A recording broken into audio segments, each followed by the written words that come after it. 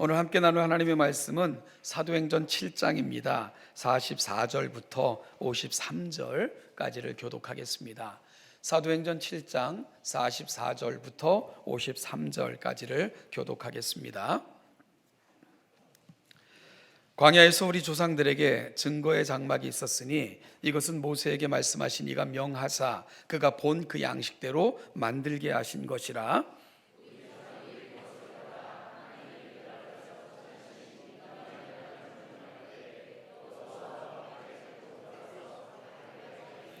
다윗이 하나님 앞에서 은혜를 받아 야곱의 집을 위하여 하나님의 처소를 준비하게 하여 달라고 하더니,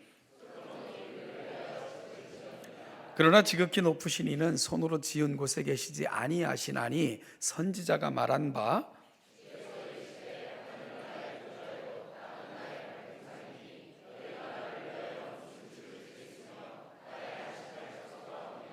이 모든 것이 다 내 손으로 지은 것이 아니냐 함과 같으니라.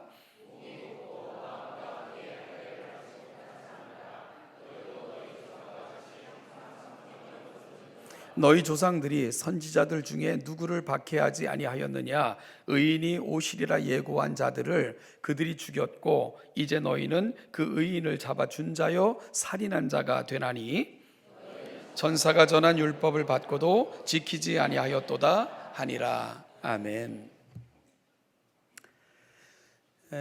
아시는 분들은 아시겠지만 저희 집에는 세상에서 가장 예쁜 고양이가 한 마리 같이 살고 있습니다. 세상에서 가장 예쁜 그러면 우리 딸은 꼭 자기 얘기하는 것 같이 생각을 한다는데 벌써 같이 산 지가 한 8년 되는데요.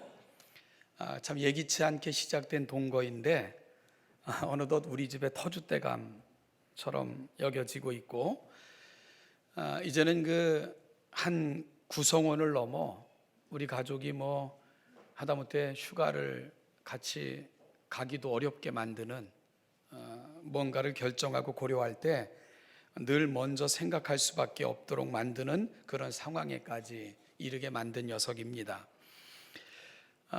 제 삶에도 많은 변화가 있는 것 같아요. 제가 집에 현관문을 열고 들어가면 제일 먼저 부르는 이름이 바로 그 녀석의 이름이 돼버렸고요. 또 제가 집에 들어가면 가장 먼저 육중한 몸을 이끌고 달려와서 나를 맞이해주고 내 발 앞에 뒹굴면서 또 반가워해주는 녀석도 바로 그 녀석입니다. 내가 집에 들어가면 나올 때까지 졸졸졸졸 나를 따라다니고요.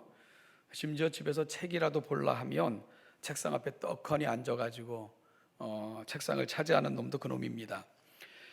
심지어 자기를 아는 척 안 하고 딴 일을 하면 화까지 내요. 그리고 그렇게 해서 집에서 들어가서 나올 때까지 단 1시간도 자기 눈에서 벗어나지 못하도록 그 녀석은 나를 그렇게 만들고 있죠. 눈치가 얼마나 뻔한지 이제 외출하려고 집을 나서기 위해 옷을 입으면 용케 알아가지고 삐져가지고 요즘은 눈길도 안 주는 그런 상황까지 이르렀습니다. 정말 그 작은 고양이 한 마리가 우리 삶의 내용과 분위기 그리고 생활 반경과 패턴까지도 이렇게 바꿔 놓을 수 있는가 하는 것을 경험하는 요즘입니다. 이건 비단 저의 문제만은 아닐 겁니다. 이 개나 강아지를 키우는 집에서는 어디를 가든지 이 개를 데리고 다니는 것, 이제는 당연한 것처럼 여겨지는 세상이 돼버렸고요. 아무리 운동을 싫어하는 사람이라도 개 때문에 산책을 하고 개의 운동을 시켜주기 위해 걸어야 되는, 그 녀석 때문에 생활이 바뀌는 이러한 일들을 쉽게 경험하고 계시죠. 꼬박꼬박 대소변 다 받아내셔야 되고요. 정기적인 검진, 나는 안 받아도 개는 시켜줘야 되고, 요즘은 심지어 장례식까지도 치루어주고 그렇게 또 화장까지도 시켜주는 이런 일들을 합니다. 사람의 대소변을 받아내는 것 참 어렵게 생각하고 힘들어하면서도 자신이 키우는 애완동물을 위해서는 기쁨으로 기꺼이 그 일을 감당들을 해요. 심지어 그 여성들의 그 신성한 핸드백 안에도 개의 배설물을 위한 도기백 정도는 이렇게 개를 키우는 사람들은 늘 가지고 다닐 정도로 참 삶의 아이러니가 많이 경험되어지는 요즘인 것 같습니다. 작은 동물 하나도 우리의 삶의 참 많은 부분에 영향을 주고 또 삶의 패턴을 바꾸는 이러한 일들을 우리가 경험하는 요즘인 것이지요. 그러면서 여러분 자연스럽게 이런 질문을 하게 되었어요. 이 작은 동물 한 마리도 우리 삶의 영역에 이토록 많은 지대한 영향력을 미치고 있는데 과연 우리 신앙은 내 삶에 어떤 영향력을 미치고 있을까? 이런 생각 말입니다. 과연 신앙은 내 삶의 영역에 작은 영향력이라도 미치고 있는 걸까? 이런 질문을 한번 해보게 됐습니다. 오늘 제가 붙인 설교의 제목이 하나님의 소원입니다. 저는 하나님의 소원이 뭔가를 함께 묵상하는 가운데 하나님이 정말 저와 여러분들에게 기대하시는 것이 뭘까? 이 부분을 함께 좀 찾아가 볼까 합니다. 이 부분을 스데반의 설교를 통해서 점검해 보고자 하는데요. 오늘 함께 읽은 본문은 증거의 장막에 대한 이야기로 시작이 됩니다. 증거의 장막은 그 성격에 따라 각기 다른 이름으로도 불려졌습니다. 법궤와 십계명을 보관하고 있었기에 증거의 장막이라고 불리기도 했고요. 이 성막에서 모세를 비롯한 많은 사람들이 찾아와서 만나는 만남의 장소였기에 회막이라고 불려지기도 했습니다. 또한 장엄한 제사가 드려지는 곳이었기에 거룩한 성막이라고 불려지기도 했지요. 스데반은 이 증거의 장막을 이렇게 설명합니다. 44절 보니까 광야에서 우리 조상들에게 증거의 장막이 있었으니 이것은 모세에게 말씀하시니가 명하사 그가 본 그 양식대로 만들게 하신 것이라. 성막에 관한 규례는 출애굽기 25장부터 31장에 걸쳐 아주 자세하게 소개되고 있습니다. 어떻게 만들 것과 어떻게 활용할 것과 또한 이곳에서 봉사하는 제사장들과 레위인들의 규례까지도 아주 자세하게 설명되어 있습니다. 그리고 무엇보다도 중요한 것은 이 모든 것은 하나님의 계시로 주어졌다는 것입니다. 그러니까 성막의 설계로부터 시작해서 재료, 시공에 이르기까지 그리고 그 활용에 관한 모든 매뉴얼 이걸 직접 계획하시고 지시하시고 명하신 분은 하나님이시라는 것입니다. 그러니 성막의 중요성은 아무리 설명해도 다함이 없습니다. 지어진 이후 광야 시대 이스라엘 백성들과 함께 했던 성막은 가나안 땅에 들어갈 때도 가나안으로 옮겨져 이스라엘 백성들과 함께 들어가게 됩니다. 아니요, 그 정도가 아니라 광야의 시간 동안 성막은 늘 이스라엘 진 한가운데 위치했고요. 그들이 진영을 옮길 때마다 가장 앞서간 곳도 성막이었고 성막이 멈추는 곳에서 이스라엘 백성들은 그들의 텐트를 다시 치는 성막을 중심으로요 그런 생활을 40년 동안 계속했습니다. 광야 생활 40년 후 이스라엘 백성들이 요단을 건너 가나안 땅에 들어갈 때에도 가장 먼저 요단을 건넌 것은 법궤를 맨 제사장들입니다. 그 뒤를 레위인들이 따랐고요. 그러니까 가나안 땅 입성 때도 가장 먼저 가나안 땅을 건넌 것은 성막이 됩니다.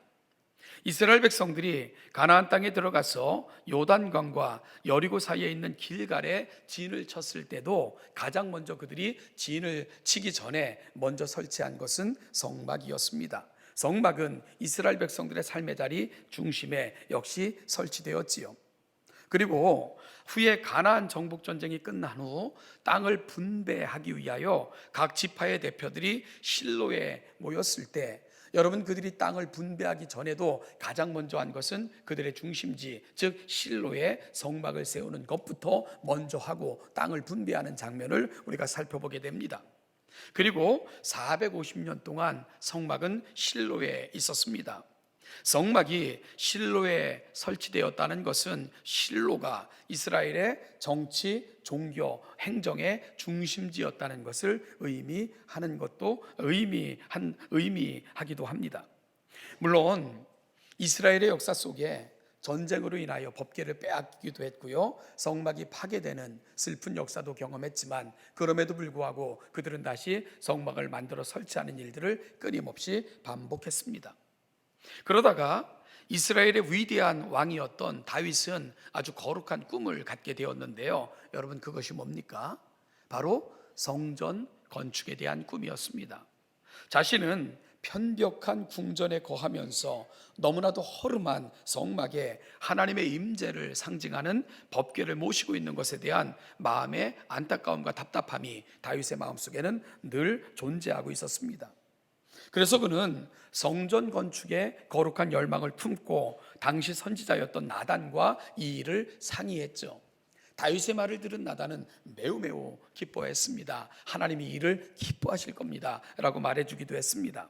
그러나 하나님은 이 일을 다윗에게 허락하시지 않으셨죠. 그는 전쟁에서 피를 너무나도 많이 흘렸던 사람이기에 하나님은 다윗은 성전을 건축하는 영광을 누리지 못할 것이며 이 영광은 그의 아들인 솔로몬에게 주어질 것을 말씀하셨습니다. 그리고 우여곡절 끝에 성전 건축의 영광은 솔로몬에게 돌아가게 되는 거죠. 솔로몬은 최고의 기술자와 최고의 재료들로 성전을 건축했습니다. 이 성전을 일컬어 우리는 솔로몬 성전이라고 부르는 것이고요. 이 성전은 이후 남쪽 유다가 기원전 586년에 바벨론에게 멸망할 때까지 이스라엘 백성들의 모든 삶의 중심지 역할을 했습니다. 그러다가 유다가 바벨론에게 멸망할 때에 역시 성전은 노략당하고 파괴되고 회파당하게 되는 거죠. 이후 바벨론 포로를 거쳐 포로에서 돌아온 백성들이 가장 먼저 한 것도 역시 성전을 세우는 일이었습니다. 스룹바벨을 중심으로 이 일이 이루어졌다 하여 그렇게 지어진 성전을 스룹바벨 성전이라고 일컫습니다. 그러나 이것도 회파되어졌고요. 예수님 당시 오늘 본문의 배경이 되는 성전은 유대인들의 환심을 사기 위해 헤롯 대왕이 건축한 성전입니다. 그래서 그 성전을 일컬어 헤롯 성전이라고 부르게 되었던 거죠. 그러나 이마저도 AD 70년 로마의 장군 디도에 의해 예루살렘이 함락될 때에 성전은 완전히 파괴되고 맙니다. 이렇게 해서 건물로서의 성전의 역사는 마무리되고 마감되게 되는 것입니다. 다시는 그 이후에 이와 같은 성전이 지어진 적이 없기 때문입니다. 그런데 우리는 이러한 성전의 역사를 추적하면서 결코 놓치지 말아야 되는 아주 중요한 사실 한 가지가 있습니다. 스데반도 이 사실을 분명하게 선포하고 있는데요. 여러분, 사도행전 7장 46절로 50절 매우 중요한 언급입니다. 우리가 사도행전 7장 46절로 50절을 다시 한번 교독하는 방식으로 읽겠습니다. 50절은 같이 읽겠습니다. 제가 먼저 46절 읽죠. 다윗이 하나님 앞에서 은혜를 받아 야곱의 집을 위하여 하나님의 처소를 준비하게 하여 달라고 하더니, 그러나 지극히 높으신 이는 손으로 지은 곳에 계시지 아니하시나니 선지자가 말한 바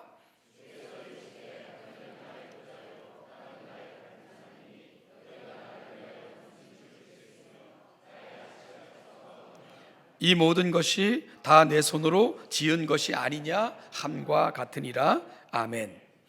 여러분, 사실은요, 솔로몬이 실패한 것이 이 부분입니다. 솔로몬은 성전을 지은 후 하나님께 기도를 해요. 그런데 그 기도의 내용을 살펴보면 성전에 대한, 하나님에 대한 인식이 잘못되어져 있는 것을 우리가 살펴볼 수 있게 됩니다. 솔로몬이 이렇게 기도했거든요. 하나님, 여기에 하나님의 집을 지어 봉헌합니다. 이곳에 계시고 우리가 어디를 가서 어느 곳에 있든지 이곳을 향하여 기도하거들랑 하나님 들으시고 응답하여 주시기를 원합니다 하고 간절한 요망을 하나님 앞에 올려드립니다.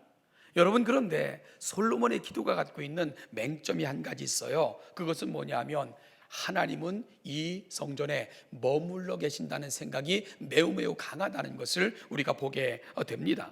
따라서 솔로몬의 이 기도를 통해서 결국은 왜곡된 성전 신학이 탄생하게 되는 것입니다. 그리고 이러한 성전 신학은 지속적으로 이후에 유대인들의 삶에 영향을 미치게 됩니다. 성전이 있기에 그 땅이 거룩한 땅인 줄 착각을 했고요. 성전이 있기에 그 땅은 늘 안전하다고 생각을 했습니다. 그래서 그들은 결코 성전을 가지고 있는 민족이기에 망하지 않는다고 생각을 했고 자랑을 했습니다. 그리고 무엇보다도 심각한 오해는 하나님을 성전 안에 모셔놓고 거기에만 하나님이 계신 분이시고, 그래서 그들은 그 하나님을 만나러 성전에 갈 수 있기 때문에 특별한 백성이라고 착각을 했다는 사실입니다. 유대인들의 가장 큰 실패가 바로 성전 신학으로 말미암아 생겨나게 된 것입니다.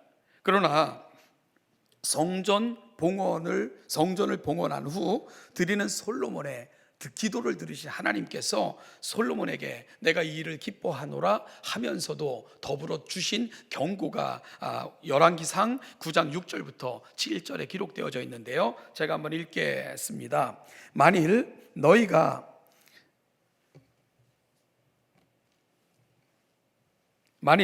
너희나 너희 자손이 아주 돌아서서 나를 따르지 아니하며 내가 너희 앞에 둔 나의 계명과 법도를 지키지 아니하고 가서 다른 신을 섬겨 그것을 경배하면 내가 이스라엘을 내가 그들에게 준 땅에서 끊어버릴 것이요 내 이름을 위하여 내가 거룩하게 구별한 이 성전이라도 내 앞에서 던져버리리니 이스라엘은 모든 민족 가운데에서 속담거리와 이야기거리가 되리라.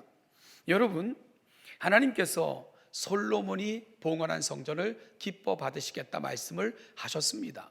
그런데 기뻐 받으실 그 이유를 또한 분명히 말씀하고 계신데요, 그것이 바로 하나님께서 솔로몬에게 주셨던 그 말씀의 본질이 됩니다. 그 본질이 뭡니까? 하나님께서 정말 귀히 보시는 것은 화려하게 치장하여 세운 건물이 아니라는 사실입니다. 하나님께서 정말 원하시는 것은 너희들, 즉 내 백성이라는 사실을 분명하게 말씀하셨습니다.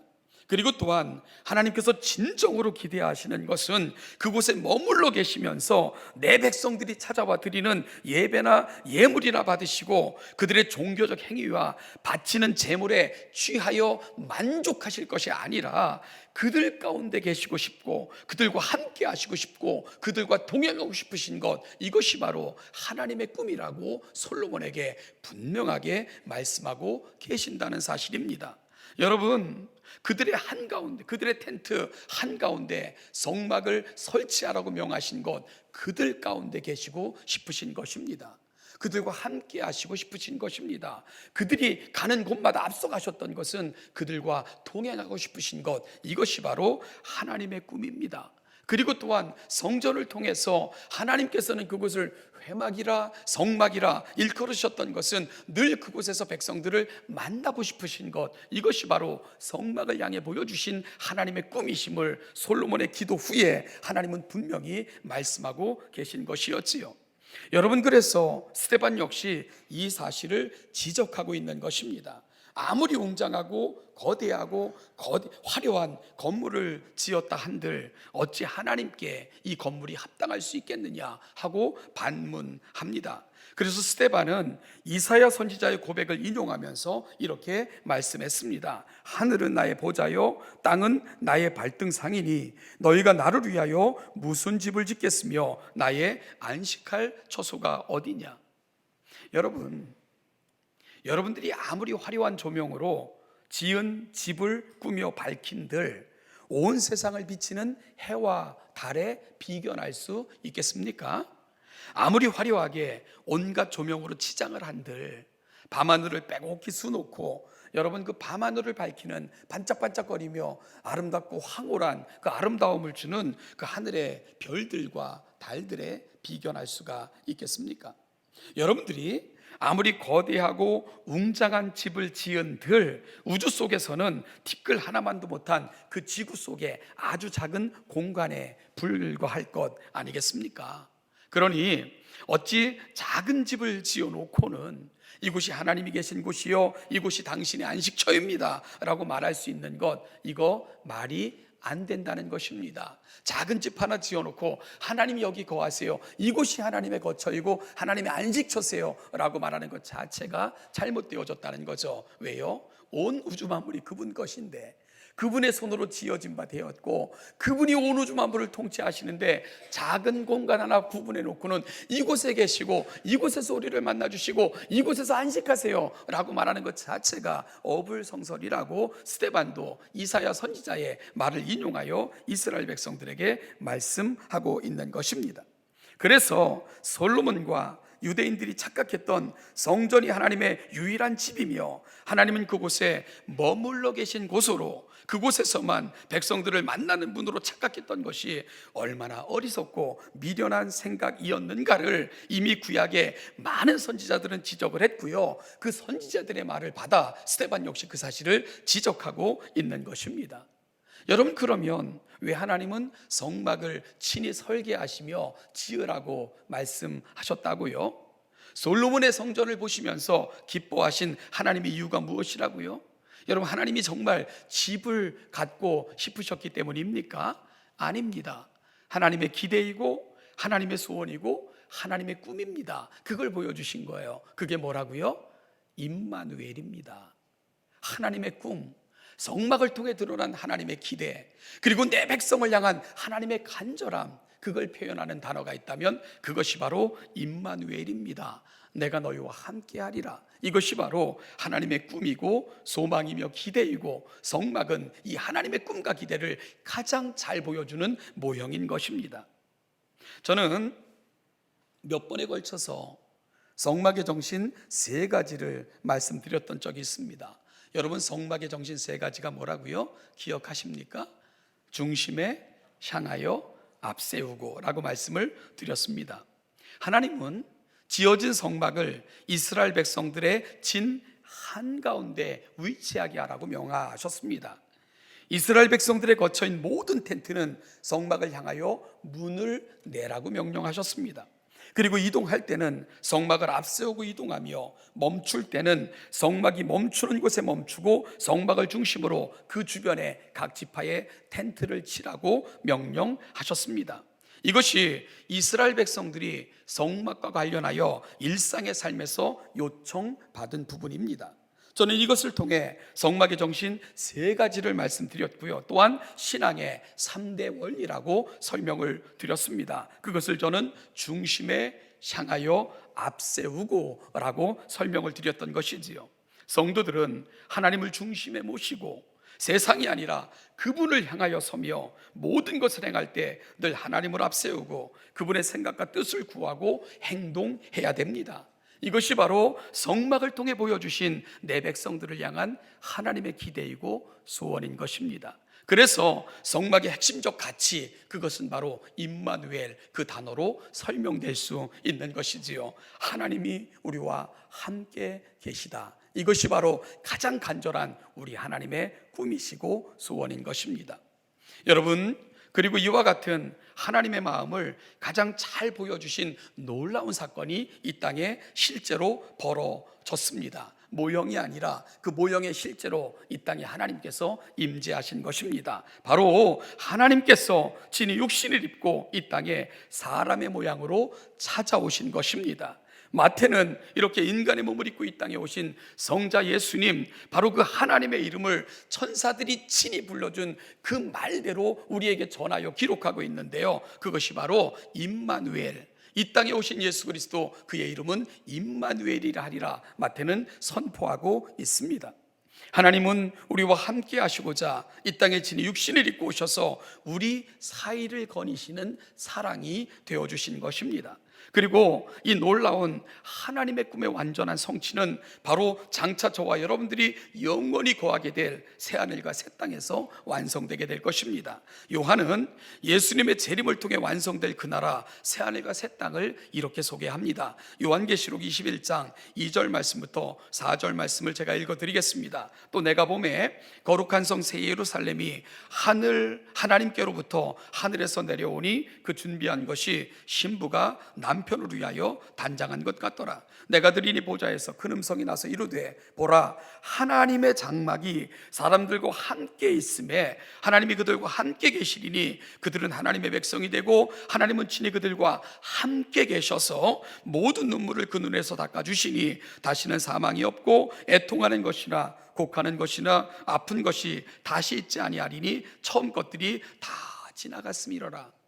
이것이 바로 요한을 통해 보여주신 장차 우리가 거할 새하늘과 새 땅의 모습입니다.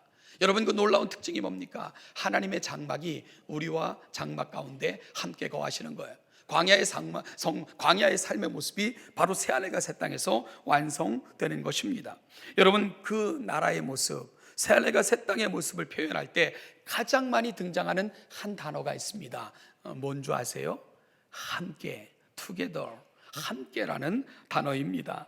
하나님께서 우리와 함께 계실 것이고 그들과 함께 계실 것이고 그들의 백성이 되셔서 그들과 함께 계실 것이고 계속해서 함께라는 말이 등장하는 것, 이것이 바로 하나님의 마음의 간절한 소망이기 때문입니다.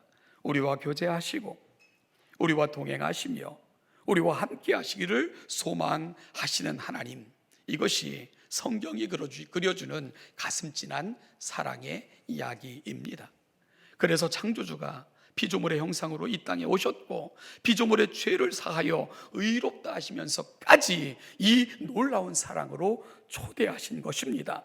그리고 성령님은 지금도 그 일을 우리의 일 되게 하시고자 십자가의 은혜에 우리가 참여하여 칭히 놀라운 은혜를 허락받아 하나님 앞에 서게 하시고자 지금도 우리 곁에 서셔서 끊임없이 말씀하시고 끊임없이 우리의 마음에 문을 놓고 하시면서 예수 그리스도를 영접하여 그 은혜에 참여하는 인생이 되라고 지금도 끊임없이 저와 여러분들에게 찾아오시는 것입니다.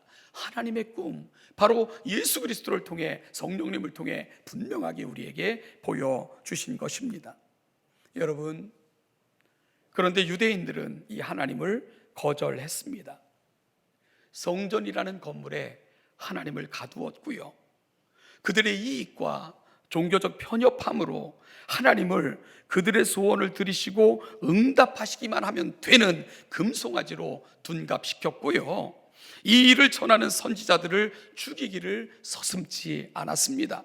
이후에 주님께서 우리의 죄를 위해 십자가에 못 박혀 죽으셨건만 그들은 이 주님까지도 죽이면서까지 그들의 욕망과 그들의 탐심의 노예가 되어 있는 상황, 그것이 바로 유대인들의 모습이었습니다. 스데반은 이걸 가슴 아파하며 바로 이 사실을 확인해주고 있는 것입니다. 이것이 그의 설교가 가고 있는 끝지점입니다. 사랑하는 신원예담교회 성도 여러분, 오늘 우리도 이 유대인들의 전철을 되풀이하고 혹시 있지는 않습니까? 하나님은 이 건물 안에만 계신 것처럼 세상에서는 하나님과 전혀 상관없는 자처럼 살고 있는 것이 혹시 저와 여러분들의 모습은 아닙니까? 내 이익과 편협한 종교적 관념 속에 나를 위해 내가 복음을 쓰고 내가 만든 하나님이라 이름만 붙여놓은 물질 만능주의적 금송아지를 섬기며 살고 있는 것이 혹시 저와 여러분들의 모습은 아닙니까? 나와 조금이라도 다르면 틀렸다고 정죄하고 미워하며 날마다 살인을 반복하는 자가 혹시 선지자들을 끊임없이 잡아 죽이면서 자신들의 이익과 다르면은 자신들의 이익의 노예가 되어 살아갔던 이스라엘 백성들의 모습 여전히 탑습하는 저와 여러분들의 모습은 아닙니까? 저는 설교를 시작하며 제가 우리 집에 키우고 있는 작은 생명체에 대한 얘기를 나눴습니다. 여러분, 집에서 키우게 된 작은 고양이 한 마리, 그 작은 고양이도 얼마나 많은 부분에서 우리의 삶의 영역들을 바꾸고 그 내용을 바꾸어 내는지 모릅니다.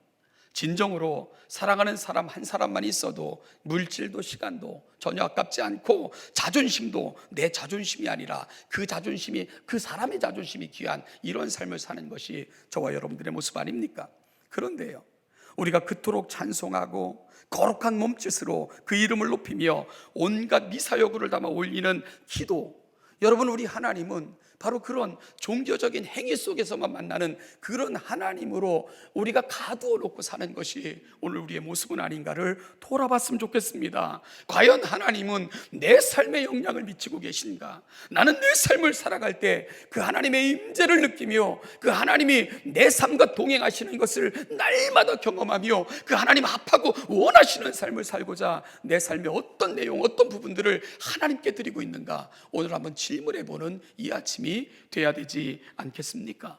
사랑하는 여러분, 오늘 이곳을 떠나면서 우린 또다시 하나님 안녕히 계세요, 시간 되면 또 찾아뵐게요, 이러면서 또 우리는 우리의 세상은 하나님과 전혀 상관없는 그런 삶의 영역으로 살아가신다면 우리는 하나님을 섬기는 것이 아니라 나를 섬기는 것이고, 나를 위해 어떤 신을 만들어 그 신의 이름을 단지 하나님이라 이름 붙여놓은 금송아지를 섬기는 자들과 전혀 다르지 않을 것입니다. 사랑하는 여러분, 금송아지가 아니라 살아계신 하나님, 오늘도 역사하시는 그 하나님을 만나시고 깊은 교제 가운데 묻고 답하고 동행하는 가운데 하나님과 긴밀한 연합을 이루며 살아가시는 복되고 귀한 한 주간의 삶의 자리가 되시기를 예수님의 이름으로 축복합니다. 기도하겠습니다.